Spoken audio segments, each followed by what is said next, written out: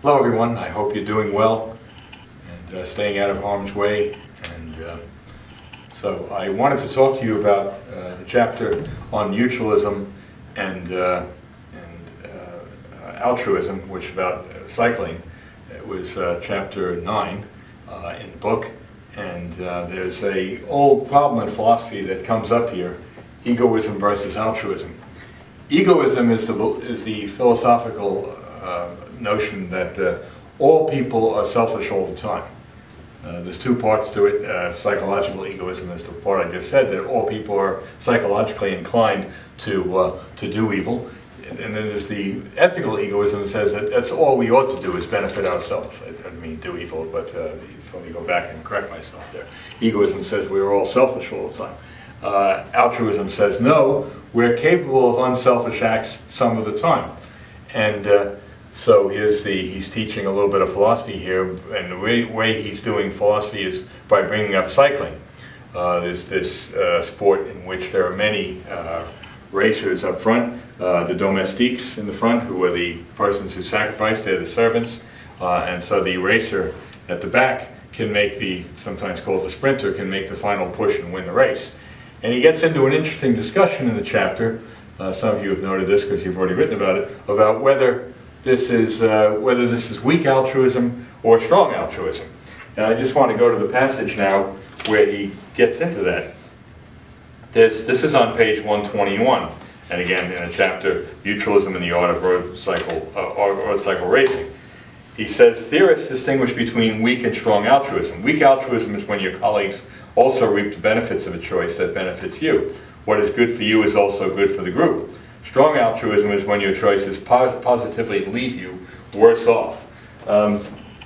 So you can see weak altruism of this sort in cycling, where these domestiques go up front to block the wind. They might bring water to the sprinter, who might be the more talented of the group. But it's not strong altruism, because they know that if they win the race, they'll share in the accolades. They'll be acknowledged for being in first place, or get some extra reward, perhaps a monetary reward.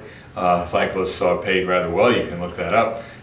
So that's not strong altruism, because there's something in it for them. And you might think of other sports where this is done. So in baseball, one player may bunt to sacrifice a runner to second base. But his bunting and sacrificing himself isn't purely selfless. It's not strong altruism in that sense. He's going to gain, if the team wins, and the team wins more games in baseball, of course you go on to the playoffs.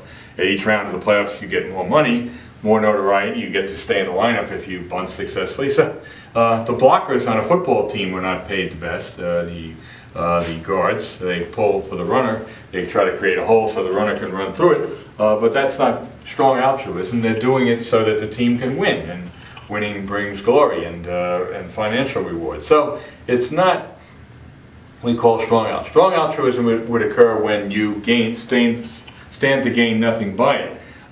Someone in the homework used an example of Ron Artest giving a great deal of his salary just for the benefit of someone else. He gave a $1 million reward. We just saw an example of this yesterday. Drew Brees, who of course is a quarterback for the New Orleans Saints, gave $5 million to the city of New Orleans to combat the coronavirus, to use it however they would.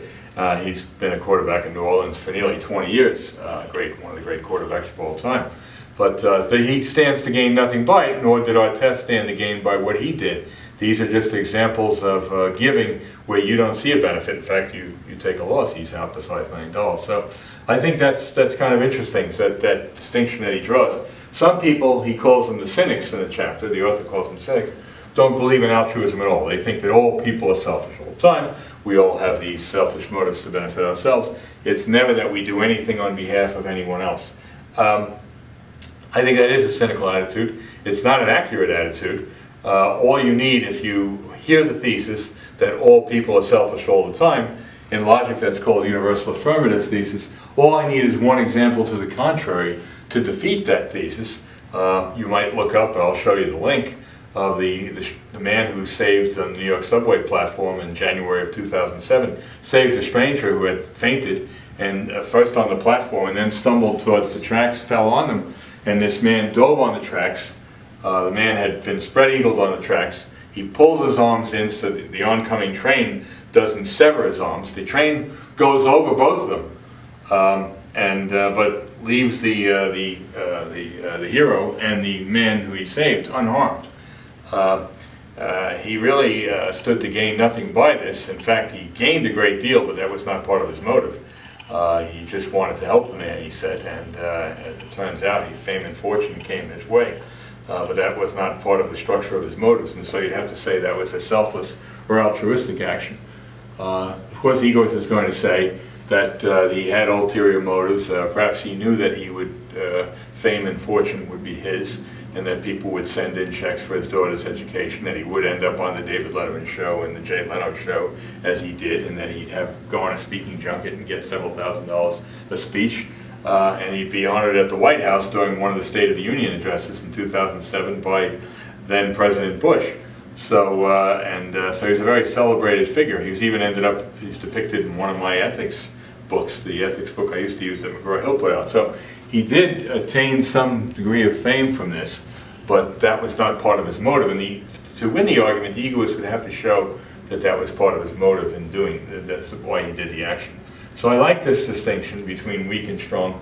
And the domestiques are really benefiting, are doing a sacrificial thing by helping out the sprinter, arguably the most talented racer, but still benefiting themselves because if the team wins, we all win. So that's what I wanted to say about that. And again, I might have more to add about this, but in the meantime, be well.